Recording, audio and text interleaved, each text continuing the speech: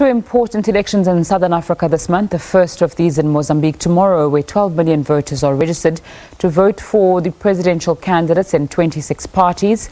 The countdown to Botswana's 12th general election has kicked off with the official launch of the SADC Electoral Observer Mission in Gaborone. Botswana head to the polls on the 23rd of October. However, those living in the diaspora have already voted. For more on what to expect, we're joined on the line by Liesel Louw-Vaudran from the Institute of Security Studies. Liesel, thanks so much for your time on SABC News tonight. Let's start with that election in Mozambique tomorrow, where the Elections Authority is quite confident that all will go well, but organizations like Human Rights Watch are slightly concerned.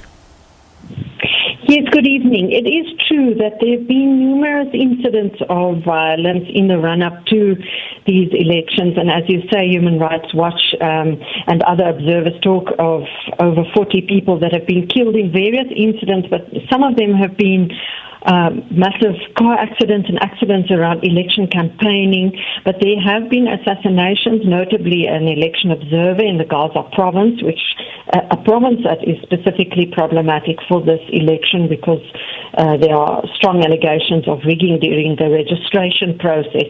So it is, the tensions are running high. It's a very close election between Frelimo and Renamo tomorrow in Mozambique. It's been hoped that this election could solidify that ceasefire that was signed recently by Renamo and Frelimo. Do you think this is the case? Yes, I think it depends on the outcome, because one of the things that Renamo has always been complaining about is the system, the electoral system in Mozambique, where even if they won in big provinces, the central government in Maputo always appointed the governor. Now, for the first time, and that was sort of part of the deal that had been negotiated these last couple of years, actually, these governors will be elected. So if we see a situation after the elections where, for example, Renamo doesn't get one governor in any province, whereas it has, and accuses the ruling party Frelimo of rigging, then we could see that peace accord unraveling. But if Renamo wins in its strongholds, as is expected, and all goes smoothly, it could signal a new chapter and really a more democratic system where, like in South Africa, if you are an opposition party but you've got the majority in a province, you can actually run that province. Do we know how the effects of Cyclone Idai, do we know if the effects of Cyclone Idai will have any impact on the elections that are coming up tomorrow? Well, in terms of the registration process, it looks as if people in the affected areas, mostly in like the Beira region where Idai struck, and in the north where Cyclone Kenneth also struck earlier this year, people have been able to register, but there were a lot of accusations of, for example, the politicization of the food aid that were given to cyclone victims. It could be that many people who are displaced are unable to vote. The same in the north, where there's instability and insecurity due to an insurgency in that Cabo Delgado province. People could also stay away from the polling stations. Some of them will even stay closed in the north because of the violence and the insecurity there.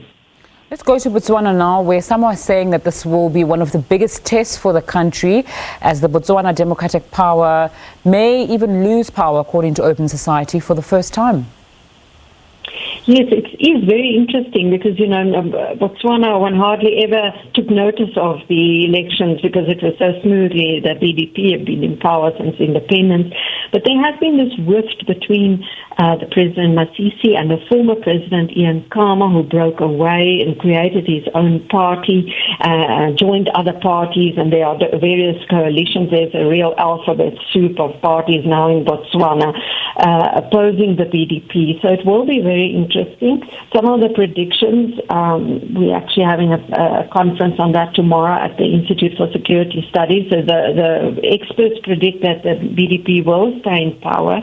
But there are various scenarios, and it certainly has created a lot of tension around, the political stability.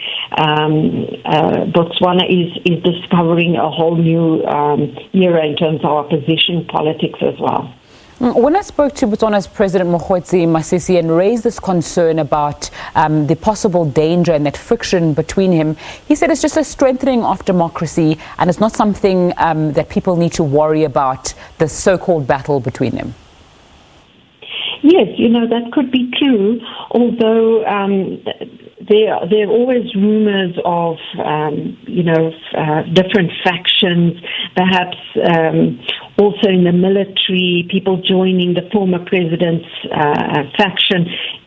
Hopefully, it will all just stay healthy politics and that the elections will be free and fair and that it will be based on issues because, there are various issues on the table, not only the spat between the former president and Masisi about the economic future of the country, the whole issue of hunting, etc., that are important for people in Botswana. But as I said earlier, we've been so used to a very smooth political scene in Botswana that this acrimony and a lot of personalization and mudslinging has been, I think a lot of people were concerned about the situation.